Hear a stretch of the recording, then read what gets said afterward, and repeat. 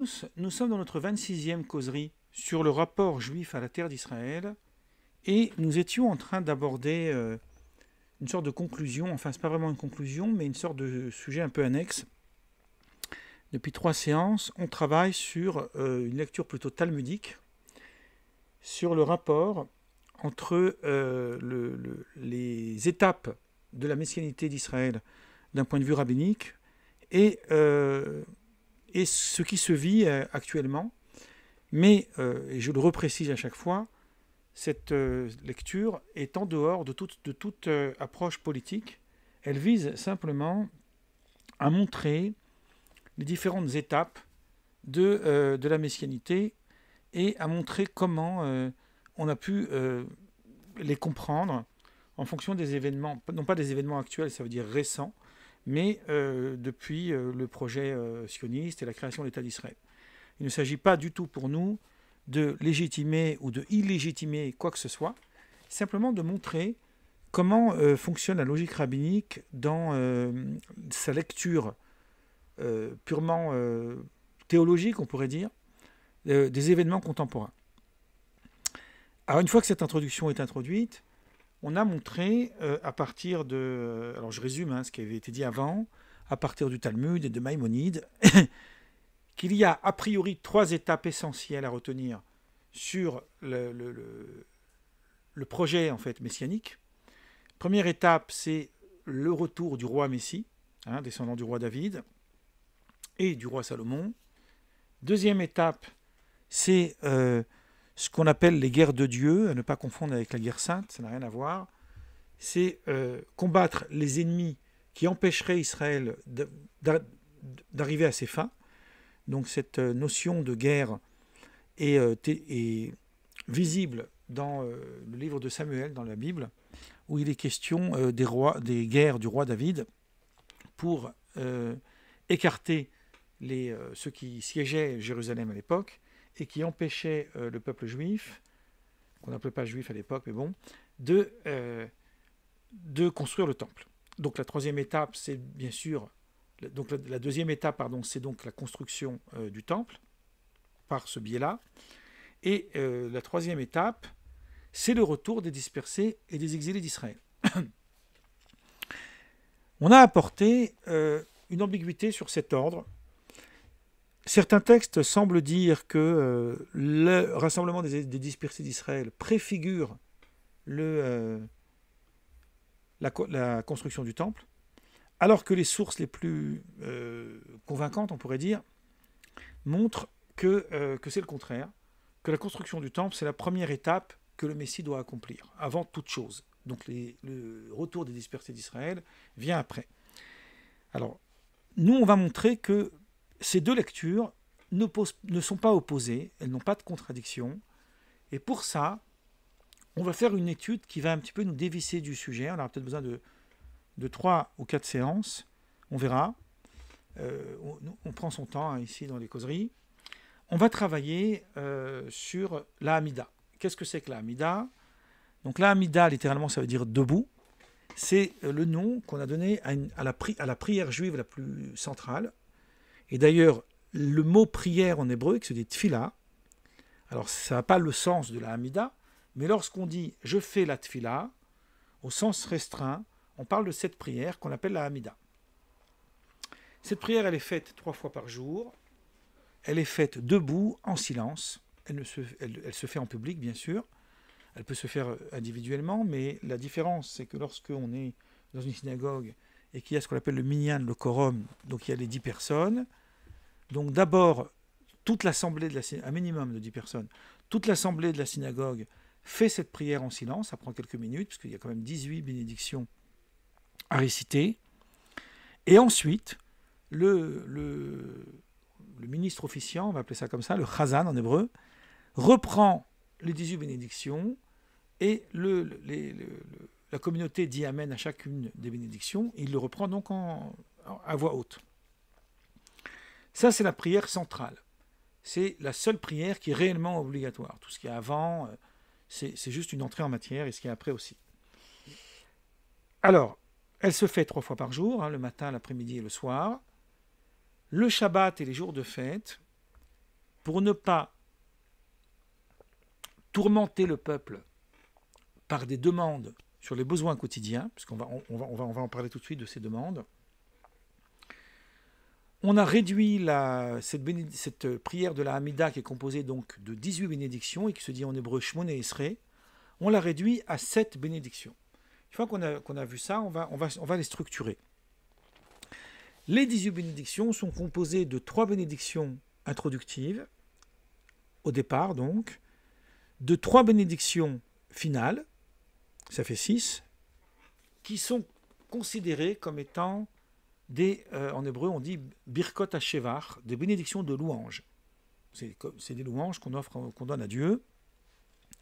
Les 16 intermédiaires sont des bakashot, sont des demandes, des suppliques. Pardon, ce n'est pas les 16 intermédiaires, c'est les 12 intermédiaires, il faut apprendre à calculer. Alors, à l'époque où il y a eu une montée de l'hérésie et des délateurs juifs, à l'époque des Romains, les rabbins avaient instauré une 19e bénédiction qu'on appelle la Birkat Amenim, la bénédiction des hérétiques. On va en parler aussi. Cette bénédiction, qui normalement aurait dû être retirée, puisqu'elle n'a pas lieu d'être encore en vigueur, est restée dans le rituel de la synagogue. Donc ça fait 19 bénédictions. Mais ce n'est pas pour ça qu'on a changé le nom. Ça s'appelle toujours la prière des 18 bénédictions, le Shmoné Esrei. Donc ça veut dire on voit même dans le nom qu'on lui a donné que cette prière est une valeur ajoutée qui n'existait pas auparavant.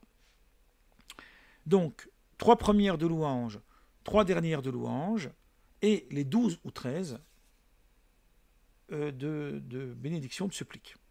Donc le Shabbat et les jours de fête, pour ne pas tourmenter, là on vient de le dire avant, par les demandes de ses besoins quotidiens, on a intercalé en bénédiction du milieu une bénédiction, par exemple quand c'est Shabbat, pour le Shabbat. Pour les fêtes, pour chacune des fêtes, il y a l'élaboration du texte est différente puisqu'il mentionne la fête dont il est question. Donc ça fait que cette prière est ramenée à 7 bénédictions. Nous, on va s'intéresser à la prière des 18 bénédictions qui a un ordre très particulier. Et on va essayer de s'intéresser à cet ordre.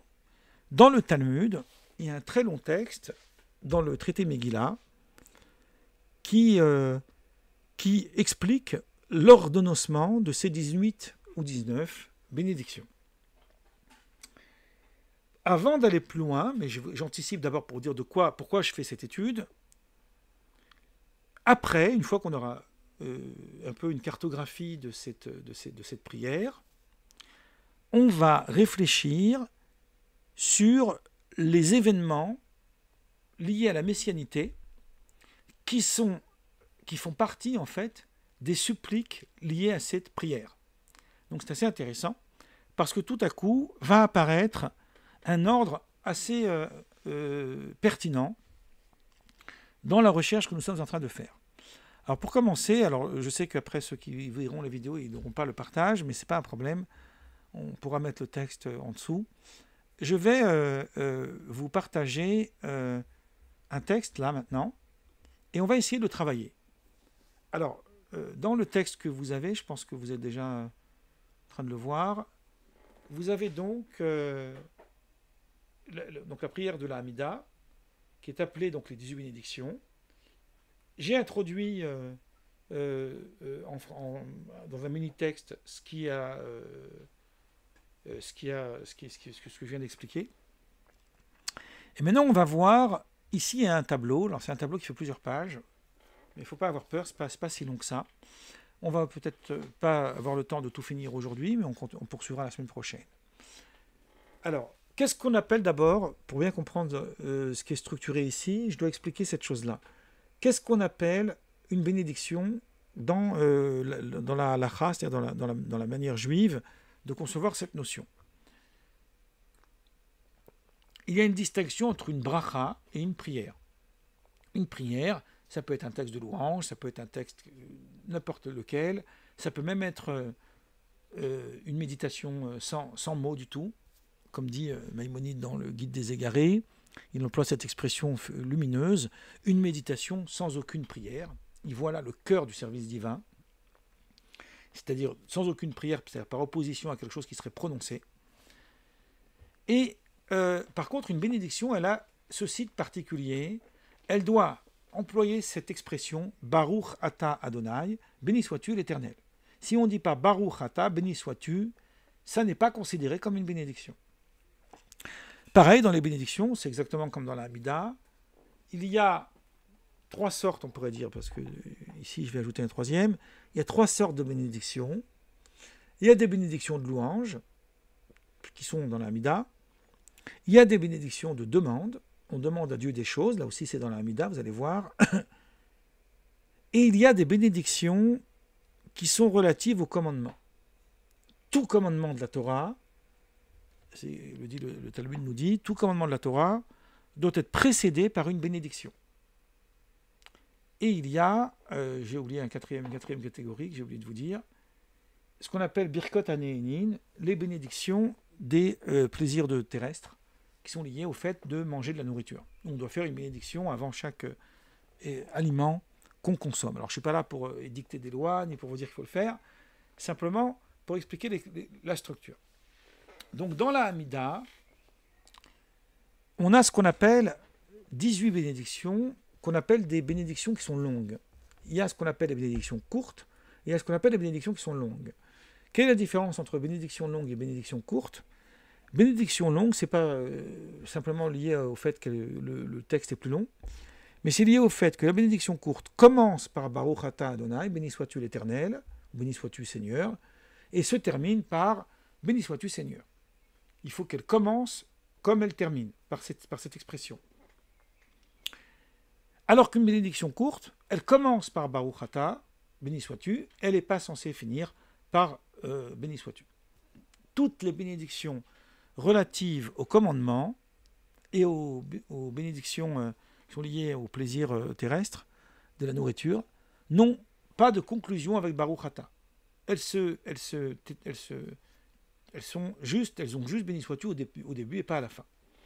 Les 18 bénédictions par contre de la Hamida sont toutes considérées comme des longues bénédictions puisque toutes commencent par béni sois-tu et se concluent par béni sois-tu. Alors, première bénédiction des 3 bénédictions, c'est une bénédiction qui est relative aux patriarches. C'est les 3 patriarches, Abraham, Isaac et Jacob. Et moi, j'ai mis ici uniquement les mots de conclusion. Donc, le béni sois-tu, il est tout le temps répété. Béni sois-tu l'Éternel, etc., notre Dieu. Donc, on va laisser ça. Béni sois-tu. Et ici, j'ai traduit par bouclier des patriarches, littéralement Magen. Magen pour les patriarches, c'est comment on appelle ça ? C'est un bouclier, mais en fait ça veut dire protecteur, hein, évidemment. Et le Talmud nous dit, ça s'appuie sur un verset des psaumes, chapitre 29, versets 1 et 2, qui dit « Célébrez l'Éternel, fils des dieux puissants ». Alors ici, Dieu, c'est un terme qu'on emploie aussi pour la seigneurie. Donc ici, ce n'est pas Dieu dans le sens de divinité, mais c'est les puissants de ce monde. Et ici, ça fait allusion aux patriarches. Donc, on bénit les patriarches. Ensuite, on a la puissance qu'il a, ça parle de Dieu, donc la puissance divine. Et la puissance divine, elle est sous-entendue, elle sous-entend, on va dire, la résurrection des morts. C'est très important de mentionner ça. Donc on a « Béni sois-tu qui ressuscite les morts ». Et pourquoi cette deuxième bénédiction vient après la première ? Parce que le verset des psaumes continue et dit « Célébrez sa gloire et sa puissance ». Donc vous avez ici d'abord célébré les patriarches, ensuite vous avez célébré sa gloire et sa puissance. Troisième bénédiction, toujours bénédiction de louange, elle traite de la sanctification, donc le Dieu saint. Béni sois-tu le Dieu saint, ou Dieu qui est saint. Et là, on a la suite du verset des psaumes, et c'est très cohérent. Prosternez-vous devant l'Éternel dans sa magnifique sainteté. C'est très difficile à traduire de l'hébreu, j'ai fini par résumer à ça pour que ce soit plus clair. Donc là, vous voyez, vous avez d'abord les puissants, donc les patriarches, vous avez la puissance divine par la résurrection des morts, et vous avez la sainteté de Dieu. Maintenant, on va commencer par les suppliques. on va commencer par les demandes. On avance, et puis quand ça sera l'heure, on coupera et on prolongera la semaine prochaine. Et c'est assez stimulant pour moi de savoir que la 4e bénédiction, qui est donc la première des suppliques, c'est la première chose qu'on demande à Dieu, c'est la sagesse. Donc je trouve ça assez intéressant qu'on ait introduit d'abord la sagesse.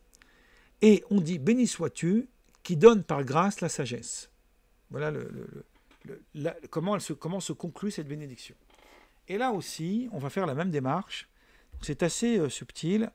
On va se baser sur Isaïe, chapitre 29, versets 23 et 24, qui dit « Car lorsque ces enfants sanctifieront le sein de Jacob », il faut être vraiment très cohérent, vous voyez que là, il est question de sanctification, et il est question de Jacob, donc le dernier des patriarches, donc on voit encore une fois un lien avec ça, et ils craindront le Dieu d'Israël, donc là c'est la crainte de déférence sur la sanctification, hein, qui était mentionnée avant, prosternez-nous devant l'Éternel dans sa magnifique sainteté, c'est toujours une crainte de déférence hein, dont il est question, ce n'est pas une crainte dans le sens de peur.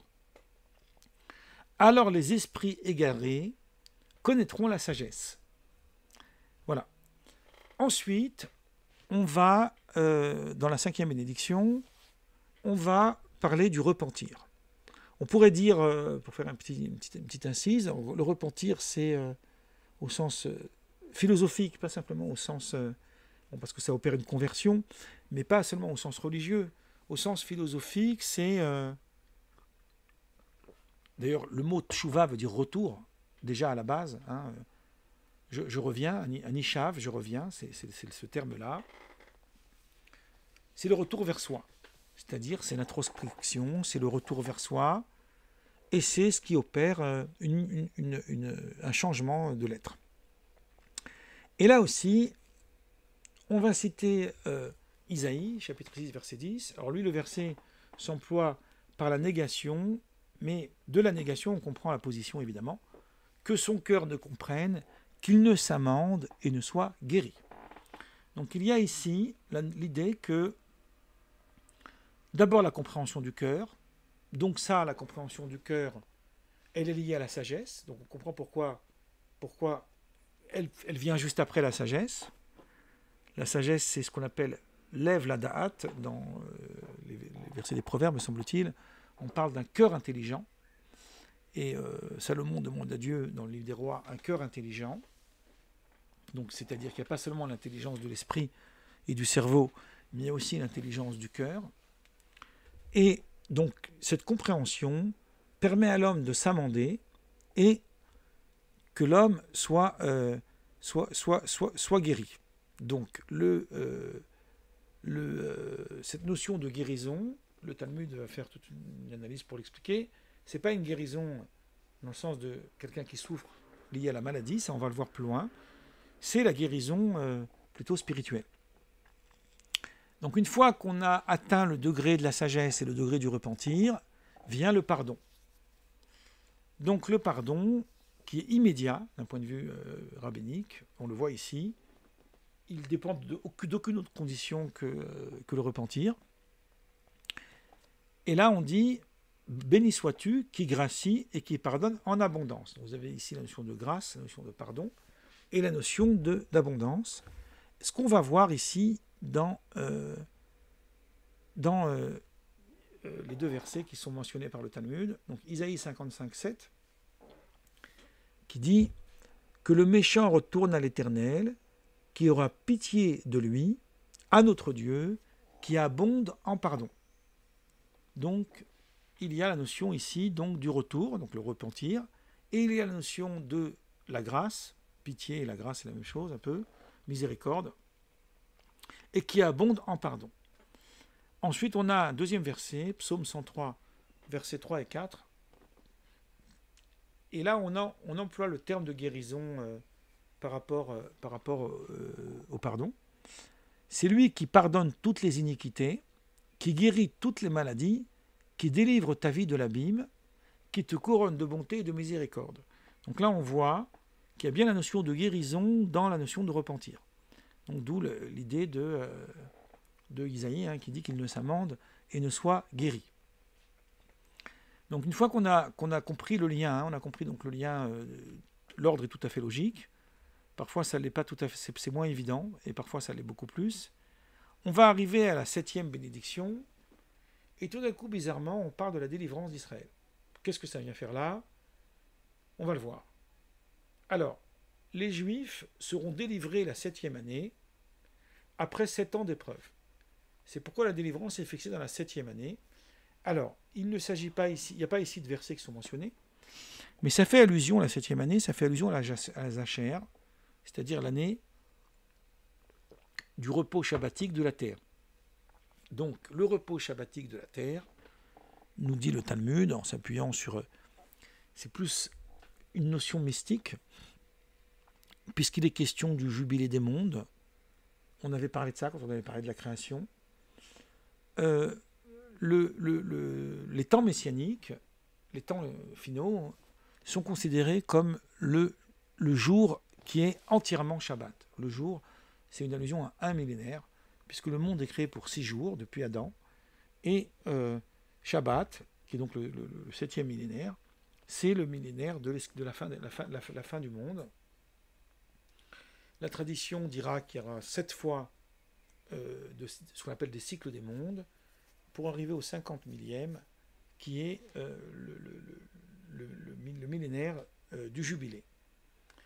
Or, il y a une tradition qui est basée sur beaucoup de textes qui ne sont pas abordés dans le Talmud, mais qui sont abordés ailleurs, qui montre que la préfiguration des temps messianiques, c'est d'abord ce qu'on appelle les Chevle Mashiach.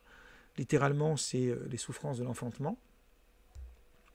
Et les souffrances de l'enfantement sont ramenées à la notion de 6 ans de labeur. C'est ce que dit le verset dans le livre de l'Exode, dans le Décalogue. 6 jours tu travailleras, et le 7e, le travail c'est la notion de labeur, et le 7e, tu te reposeras le jour du Shabbat. Donc tu te reposeras la 7e année, puisqu'il ne faudra pas faire travailler la terre. Mais bizarrement ici, il y a une chose, et je vais pour l'instant m'arrêter là et on fera la suite plus tard. Il y a une chose ici intrigante, et ça vaut le coup d'être mentionné. C'est que cette notion de délivrance, a priori, n'a pas sa place ici. Vous voyez, tout de suite, j'anticipe. Dans la 10e bénédiction, vous avez ici, là où je l'ai souligné, les exilés qui rassemblent les dispersés de son peuple. Ça, on va le voir plus tard. C'est-à-dire que la semaine prochaine, ou dans 15 jours, ça dépend de nos obligations. On a le temps. On va y arriver. On ne peut pas tout faire en un jour. Donc, la 10e bénédiction, elle parle du rassemblement des dispersés de son peuple. Après, on va parler de la reconstruction de Jérusalem, donc il va être question des temps messianiques. Or ici, ça vient comme un cheveu dans la soupe. On parle de béni sois-tu, rédempteur d'Israël, alors que il est question du pardon. Alors effectivement, le repentir est la condition sine qua non au messianisme, et que le Messie est censé arriver à ce moment-là. Mais pourquoi ne pas avoir mis cette bénédiction un peu plus tard, avec la guérison, les années, etc. Bon. Les commentaires du Talmud disent une chose assez frappante. Ils disent que cette notion de rédemption, de Géoula, de délivrance, elle a 2 sens. Elle a un sens particulier, c'est-à-dire qu'elle se vit au quotidien chez l'homme, et elle a un sens universel, où il est question de tout le peuple, on pourrait dire aussi de toute l'humanité, puisque la messianité a un sens pour l'humanité entière, d'un point de vue juif. La première délivrance qui permet la seconde, c'est d'abord la délivrance intérieure. C'est-à-dire le fait de s'affranchir soi-même, de se libérer. Et le Talmud a cette phrase, même la délivrance individuelle s'appelle Géoula. Elle porte ce même terme. Donc, le fait qu'on relie en fait cette délivrance individuelle à la notion de la 7e année qui est liée aux Zacher, ou après les 6 ans d'épreuve, renforce au contraire cette idée que la rédemption, c'est d'abord quelque chose d'intime et d'abord quelque chose d'intérieur, avant qu'on arrive à quelque chose de plus général qui concerne plus le peuple et qui, elle, commencera à être abordée à partir de la 10e bénédiction. Voilà en gros ce qu'on peut dire aujourd'hui à ce sujet. Donc moi, je vais m'arrêter là. Voilà.